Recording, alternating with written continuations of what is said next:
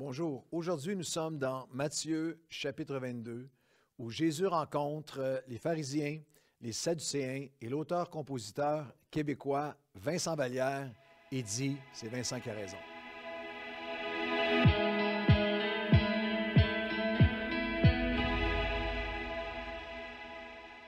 Bonjour à tous et bienvenue à votre café matinal. Est-ce que vous connaissez, pour nos amis internationaux, peut-être que vous ne le connaissez pas, mais auteur, compositeur québécois, écrit des chansons magnifiques, Vincent Vallière, et j'écoutais une de ses chansons récemment et le titre m'a percuté lorsque je suis arrivé à Matthieu chapitre 22. Vallière, en effet, a une chanson qui s'intitule « L'amour, c'est pas pour les peureux ». L'amour, ce n'est pas pour les peureux. Et Jésus aurait dit à Vincent Vallière, c'est Vincent qui a raison. Lorsqu'on regarde à Matthieu, chapitre 22, vous savez qu'on fait un café matinal par chapitre. On va traverser les 4 évangiles. Alors, les 21 premiers chapitres sont déjà là. Mais lorsqu'on arrive à Matthieu 22, au cœur de ce chapitre, au centre de ce chapitre, c'est l'encre et tout le reste en dépend, se trouve une des conversations les plus importantes de Jésus dans tout le Nouveau Testament. Le cœur non seulement de l'Évangile de la Nouvelle Alliance, mais de la Bible entière repose sur cette conversation extraordinaire dans Matthieu 22, verset 34. Les pharisiens ayant appris qu'il avait réduit au silence les Sadducéens se rassemblèrent et l'un d'eux, un des pharisiens docteurs de la loi, lui fit cette question pour l'éprouver, pour le mettre à l'épreuve, pour le prendre en défaut. « Maître, quel est le plus grand commandement de la loi? » Et Jésus lui répondit, « Tu aimeras le Seigneur ton Dieu de tout ton cœur, toute ton âme et toute ta pensée. » C'est le premier et le plus grand commandement. Et le second, qui lui est semblable ou qui lui est égal, tu aimeras ton prochain comme toi-même. De ces deux commandements dépendent toute la loi et tous les prophètes. Lorsqu'on regarde au chapitre entier, dans le chapitre entier de Matthieu, chapitre 22, Jésus mentionne et nomme à peu près toutes les sphères et l'éventail de l'expérience humaine comme croyant. Vous traverserez le chapitre, vous allez voir où il parle des amitiés, il parle des défis relationnels. Il adresse les défis d'autorité aussi, les rois et les serviteurs, et où on se retrouve à différents aspects de nos vies, à quelle position on se retrouve, comment on deal et compose avec les autorités. Le chapitre nous parle des déceptions, comment est-ce qu'on fait face aux déceptions. Il nous parle aussi de ceux qui jugent sur les apparences. Nomme et mentionne la discrimination dont on peut être l'objet comme croyant. Face à des sociétés qui sont hostiles, face à César, face aux sociétés hostiles à nos valeurs, à notre foi, et qui, parfois, littéralement, ont le sentiment des grands, des puissants qui abusent. Il y a aussi beaucoup plus personnel, intime. Dans ce chapitre 22, vous le lirez à la maison, il est adressé à toutes les dynamiques du cœur, les défis du cœur. Des enjeux il est nommé les époux et les épouses, et les enfants et les parents, et les parents et les enfants, et les drames, les deuils, une veuve, les enfants. Tout ça est dans le chapitre. Et juste avant notre texte, l'appel à l'amour qu'on vient de lire, il y a aussi les dangers de devenir endurcis comme chrétiens et de réduire notre foi à du légalisme sans révélation ou connaissance de Dieu. Jésus dira en effet aux pharisiens, au verset 29 de Matthieu 22, « Vous êtes dans l'erreur parce que vous ne comprenez ni les Écritures, ni la puissance de Dieu. » Au verset 35, c'est un docteur de la loi, mais il était là seulement pour prendre en défaut, pour éprouver. Il y a une connaissance, mais il n'y a plus de communion. Il y a beaucoup d'arrogance doctrinale, mais il n'y a plus l'amour. Il n'y a pas l'amour. Alors, il y a 2 ou 3 étapes dans ce chapitre important. L'amour, ce n'est pas pour les peureux. Vincent a raison. Et on a le commandement et le choix de l'amour. Tu aimeras le Seigneur ton Dieu de tout ton cœur, toute ton âme, tout ton esprit, toutes tes pensées et ton prochain comme toi-même. C'est intéressant que la Bible n'enseigne pas « tu dois croire de tout ton cœur ». Tu dois croire avec ton cœur, Romains 10, versets 9 et 10. Mais dans le cas de l'amour, lorsqu'on parle de l'amour, il y a un appel qui est là. Il y a une décision qui doit être prise au quotidien, que tu dois l'aimer de tout ton cœur. Je pense vraiment que Dieu laisse la place de l'espace dans notre expérience pour que notre foi grandisse. les disciples ont prié, Seigneur, augmente notre foi. Et nous aussi, nous le prions, Seigneur, augmente ma foi. Mais en ce qui concerne l'amour, aimer Dieu, aimer les hommes, nous devons faire le choix au quotidien, à chaque jour, parce que l'amour pour Dieu est notre plus puissante arme contre le péché, contre perdre notre chemin, contre tout ce qui nous éloigne de Dieu. Le théologien écossais du 19e siècle, Thomas Chalner, a écrit ceci.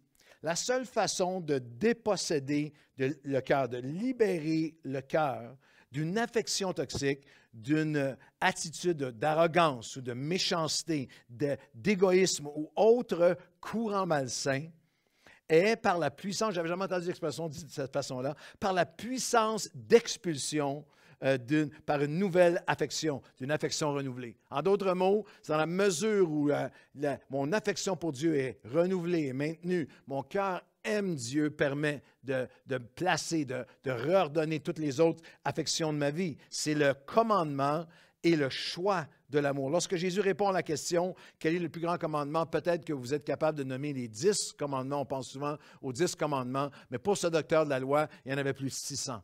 Et les 10 commandements, il y avait 600 commandements, chacun avec ses variations, ses déclinaisons, ses différentes applications. Moi, je suis allé plusieurs fois en Israël et à chaque fois, tu vas au mur de lamentation et ils sont encore là, les rabbins, 2000 ans plus tard, des fois pendant des heures, à s'argumenter sur une des dérives, des dérivés ou des variations d'un des 600 commandements. Mais Jésus dit non, tout en entier, les conséquences de notre mesure d'amour sont immenses. Il dit en fait tout, au verset 40, tout repose, tout ça. Et c'était estomacant pour les docteurs qui l'entendaient. Les conséquences de l'immense, de l'amour envers Dieu et les conséquences immenses de l'amour envers Dieu et envers mon prochain sur tous les aspects. Les conséquences et les conquêtes qui vont conduire à nos conquêtes. Lorsqu'on parle des conséquences, le plus grand commandement, aime Dieu, aime ton prochain, commandement dont tout dépend. Il y a des conséquences immenses sur mon cœur, sur mon âme, sur mes pensées. Je vais l'aimer de tout mon cœur, mon âme, mes pensées, mais la mesure de mon amour pour Dieu va affecter chaque portion de mon être et par conséquent de mes paroles, de l'abondance du cœur, la bouche parle, de mes intentions, de mes priorités, de mes passions, de mes attitudes, de mes actions. Des conséquences immenses, l'amour, la mesure d'amour envers Dieu et les hommes. Conséquences immenses sur comment Dieu nous voit et nous regarde. Dans ce même chapitre 22, les pharisiens ont dit à Jésus au verset 16, « Maître, nous savons que tu es authentique, tu es vrai, tu es vérité, tu enseignes la voie de Dieu et de la vérité. » Il le flattait pour le prendre en défaut, mais ils disent quelque chose d'important. Tu ne te préoccupes pas de l'apparence des hommes. Tu ne regardes pas à l'apparence des hommes. C'est une réflexion, c'est un reflet de passage dans l'Ancien Testament, comme en 1 Samuel, où il dira « Les hommes regardent à ce qui frappe les yeux, mais Dieu regarde au cœur. » Et en effet, au verset suivant, Jésus connaissait la méchanceté de leur cœur. Écoute-moi bien, la mesure d'amour que tu as pour Dieu, la mesure dans ton cœur authentique d'amour pour lui et pour les hommes a de grandes conséquences sur comment Dieu nous regarde. En d'autres mots, si je n'ai pas l'amour, je ne suis rien. 1 Corinthiens 13, c'est bon de laisser juste les paroles de Paul revenir à nos cœurs. Lui qui était aussi docteur de la loi, lui qui était aussi un pharisien parmi les pharisiens avant de connaître le Seigneur. Quand je parlerai les langues des hommes et des anges, si je n'ai pas l'amour, je suis un airain qui résonne, une cymbale qui retentit. Même si j'ai le don de prophétie, de science, de tous les mystères, toutes les connaissances. Quand j'aurai même toute la foi jusqu'à transporter les montagnes, si je n'ai pas l'amour, je ne suis rien. Je n'ai rien, je ne suis rien. Tout en dépend. Et quand je distribuerai tous mes biens, toute la nourriture pour les pauvres, je livrerai même mon corps pour être brûlé si je n'ai pas l'amour. Si je n'ai pas l'amour, je ne suis rien. L'amour ne me sert à rien. Tout en dépend de Jésus. L'amour, ce n'est pas pour les peureux. L'amour, en fait, a des conséquences immenses sur mon cœur, mon âme, mes pensées. Conséquences immenses sur comment Dieu nous voit et nous regarde. Conséquences immenses de division et de capacité de nous réduire au débat les plus stériles. Je vous défie de lire les versets qui précèdent dans Matthieu 22. C'est une série de débats, un après l'autre. Il y en a un qui est très pertinent pour nous, des versets 18 à 22, c'est jusque dans quelle mesure est-ce qu'on va se soumettre à César. Et il y a un verset fabuleux, étonné de ce qu'ils entendaient, parce que Jésus a dit, vous allez donner à César ce qui appartient à César. Ils le quittèrent et s'en allèrent.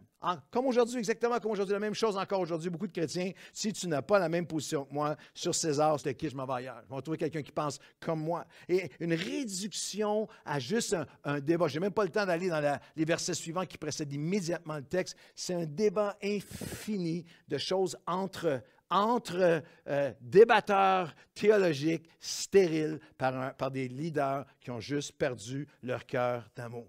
Et la troisième pensée, c'est la capacité de changement par l'amour. Le commandement est le choix de l'amour, les conséquences positives et négatives immenses de l'amour et les changements, la capacité de changement et des conquêtes par l'amour. Aime Dieu de tout ton cœur et ton prochain. C'est dans cette dynamique-là seulement que tu vas pouvoir accomplir. Les commandements, tout repose là-dessus. Les commandements et aussi les promesses de Dieu. Le chapitre entier est une succession d'exemples de croyants pieux, religieux, érudits bibliquement, qui sont des experts théologiens qui ne changent jamais. Ils ne changent pas. Une des phrases clés de la discussion est dans le chapitre 22, verset 24. Ils disent, « Maître, Moïse a dit que, 13 siècles auparavant, Moïse a dit que, et sans amour, malgré toute la connaissance biblique, malgré tous les rituels religieux, ils ne changeaient pas. » Tout le monde voudrait changer mes circonstances, ma vie, mon couple, mon futur, mon présent. Tout le monde veut changer, mais comprenez bien que le changement commence avec l'amour. Jésus dit d'essayer de vivre la vie chrétienne sans amour pour Dieu, c'est de la conformité religieuse et non des changements réels. Le christianisme est dur, il est difficile, il est ardu, il devient pénible, il devient amer pour ceux qui n'aiment pas Dieu passionnément, mais aiment les choses reliées, aiment leurs dons, leur appel, leur position, aiment toutes sortes de choses reliées au périphérique, mais ont perdu le cœur d'amour, juste d'amour sincère pour Dieu. Le changement commence avec l'amour. Alors la question ultime, c'est qu'est-ce que j'aime le plus dans ma vie? Parce que si celui ou ce que j'aime, celui ou celle que j'aime, pour qui j'aime, je vais me donner, je vais sacrifier, je vais être patient, je vais servir, je vais pardonner, je vais continuer, je vais m'offrir parce que j'aime.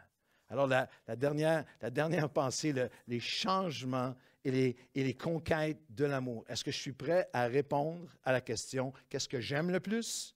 Et est-ce que je suis prêt à revenir et à rechercher son amour? Et en terminant, en 1 minute, simplement laisser les paroles. Je ne peux pas les expliquer ou les développer, mais juste laisser l'Esprit de Dieu ramener à votre cœur. C'est voici l'amour à laquelle il nous appelle. Est-ce que je suis prêt à y revenir, à le rechercher avant tout le reste? Parce que tout le reste en dépend. L'amour, ce n'est pas pour les peureux. La charité est patiente. 1 Corinthiens 13,4. Voici l'amour à laquelle Dieu nous appelle, qui est une poursuite de vie. Par l'Esprit de Dieu, l'amour de Dieu répandu en nous par le Saint-Esprit. L'amour est patient, pleine de bonté, n'est pas envieux, ne se vante pas, ne s'enfle pas d'orgueil, ne fait rien de malhonnête, ne cherche pas son intérêt, ne s'irrite pas, ne soupçonne pas le mal, ne se réjouit pas de l'injustice, se réjouit de la vérité. L'amour, et ça me met sur mes genoux à chaque fois, excuse tout, croit tout, espère tout, supporte tout. Quand j'étais un enfant, je parlais comme un enfant, je pensais comme un enfant, je raisonnais comme un enfant. Mais lorsque je suis devenu homme, lorsque j'ai maturé, j'ai grandi, j'ai changé, j'ai fait disparaître ce qui était de l'enfance. Alors, c'est la question ultime alors qu'on termine aujourd'hui. Est-ce que je suis prêt à revenir, à rechercher son amour? Parce que tout en dépend. Qu'est-ce que j'aime le plus? Et moi, Seigneur, aujourd'hui, je te dis au nom de tous ceux qui se joignent à moi, aujourd'hui, où que vous soyez, où qu'ils soient, au Québec, partout dans la francophonie, quel que soit le nombre d'années que nous avons marché avec toi, tout ce qu'on sait, tout ce qu'on connaît, tout ce que nous avons appris, tout ce que nous avons vécu, on s'arrête un instant et on dit, Seigneur, viens renouveler mon amour pour toi. Mon amour pour toi, mon amour, Seigneur, pour ta présence, pour ton royaume, mon amour pour toi, juste pour qui tu es, Seigneur. Et par ce fait même, alors que je suis renouvelé dans l'amour pour toi, l'amour de Dieu devient répandu dans mon cœur par le Saint-Esprit et me rendra capable, comme tu nous aimes, d'aimer mon prochain, d'aimer les gens autour de moi. Baptise-nous à nouveau, remplis-nous à nouveau de ton amour. Seigneur, l'amour, ce n'est pas pour les peureux, ce n'est pas pour les faibles, c'est pour ceux qui veulent te ressembler, pour ceux qui veulent t'incarner, pour ceux qui veulent, Seigneur, devenir transformés à ton image, comme toi et avec toi, dans le nom de Jésus. Amen et Amen. L'amour, ce n'est pas pour les peureux.